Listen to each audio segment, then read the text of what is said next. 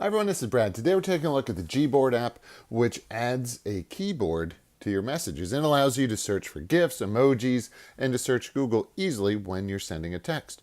So here's the app right here. If we select Gboard, what you'll need to do is you're going to need to select Get Started. But you can see what it looks like there.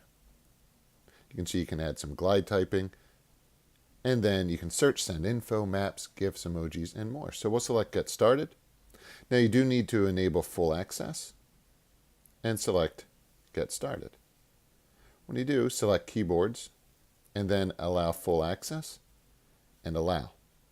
Now I'm going to go into my messages and you'll notice it may not come up right away. So down at the very bottom, you're going to see what looks like a globe. Select the globe and select Gboard.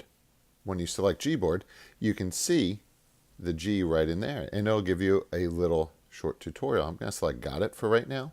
So what you can do is if you'd like to search for something, just select the G right there. So you can select weather real quickly. And if you select weather, you can see it's going to search in Google right now. It's 68 degrees and rainy. If you want to search for, let's say, baseball, you can search baseball. And then you can, down at the very bottom, you can select images. So you can see some images right here.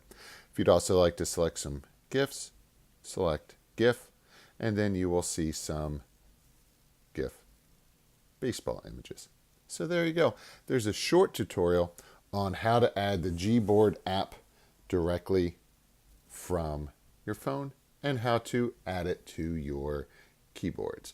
If you ever want to switch out, go ahead down here and select the globe, and then you can change to your next keyboard should you like to do that. So there you go. That's how you can use the Gboard app. In the future, I'll do a few more posts on this as well. If you have any questions, let me know. Thanks for watching. Take care. Bye-bye.